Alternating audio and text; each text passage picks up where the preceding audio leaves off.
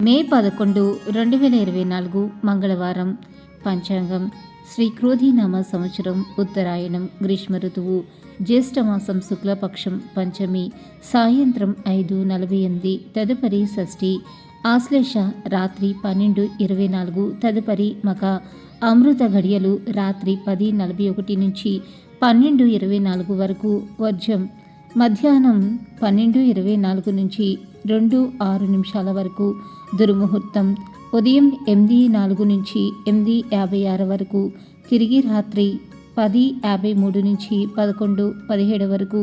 రాహుకాలం సాయంత్రం 3 గంటల నుంచి 4:30 వరకు. సూర్యోదయం ఉదయం 5:28, సూర్యాస్తమయం సాయంత్రం 6:29. జూన్ 11, 2024 మంగళవారం. రాశి ఫలాలు. ద్వాదశ రాశుల వారికి ఏ విధంగా ఉండబోతుందో ఈరోజు వీడియోలో మనం తెలుసుకుందాం. ముందుగా మొదటిది మేషరాశి. మేషరాశి వారికి శ్రమకు తగిన ఫలితం ఉంటుంది. పెద్దల నుంచి ప్రోత్సాహకాలను అందుకుంటారు. తోటి వారి సహకారంతో పనులు త్వరగా పూర్తవుతాయి. శ్రీ వెంకటేశ్వరుని ఆరాధించడం వల్ల శుభ ఫలితాలను పొందగలుగుతారు. గ్రహబలం విశేషంగా యోగిస్తుంది. తదుపరి వృషభ రాశి. వృషభ రాశి వారికి వృత్తి, ఉద్యోగాల్లో జాగ్రత్త అవసరం. అనవసర కలహం సూచితం. ప్రారంభించిన పనులలో కొన్ని ఆటంకాలు ఎదురవుతాయి. తెలివిగా వ్యవహరించి తప్పించుకుంటే చాలా మంచిది. అనవసరపు ఖర్చులు మరింత పెరుగుతాయి. నవగ్రహ ధ్యానం శుభప్రదం. తదుపరి మిథున రాశి.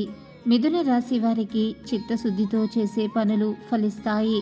ఆటంకాలు ఎదురైనా వాటిని అధిగమించే ప్రయత్నం చేస్తారు.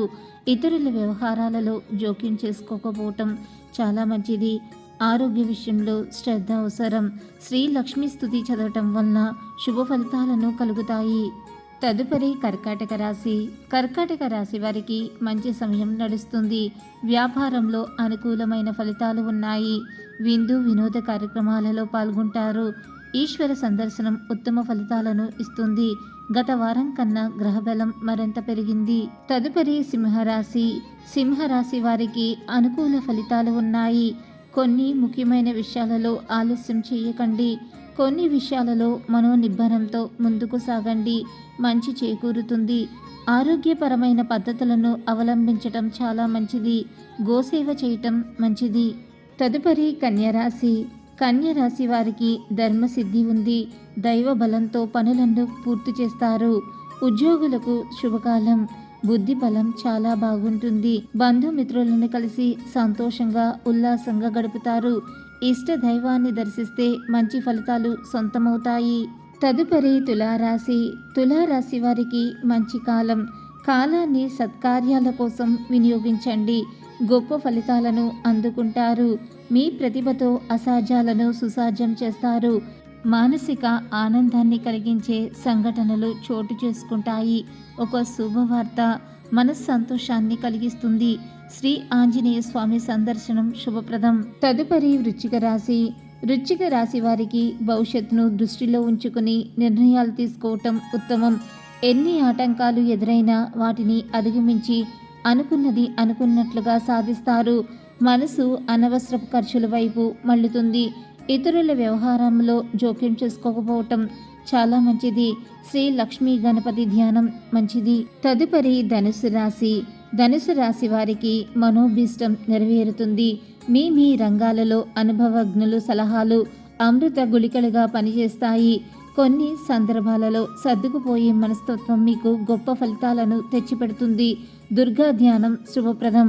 తదుపరి మకర రాశి.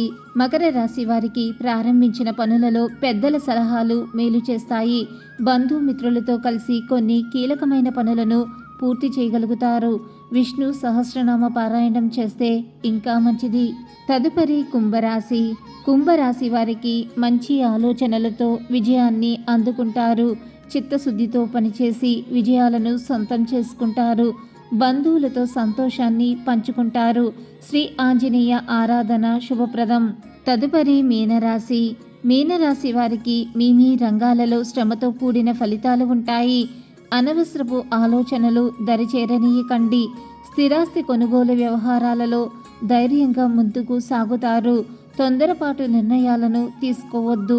మానసిక ప్రశాంతత తగ్గకుండా చూసుకోవాలి. విష్ణు ఆలయ సందర్శనం శుభప్రదం. మీ గ్రహస్థితి ఎలా ఉన్నా ఆ భగవంతుడి అనుగ్రహం వల్ల మీరు చేసే ప్రతి పనిలో మీకు విజయం సిద్ధించాలని, భగవంతుడి యొక్క అనుగ్రహం ఎల్లప్పుడూ మీ మీద ఉండాలని మనస్ఫూర్తిగా కోరుకుంటున్నాను. ఈ వీడియో కనుక మీకు నచ్చినట్లయితే లైక్ చేయండి, షేర్ చేయండి.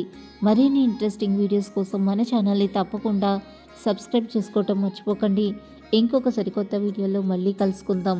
అంతవరకు సర్వే జన సుఖినో భవంతు. Thanks for watching.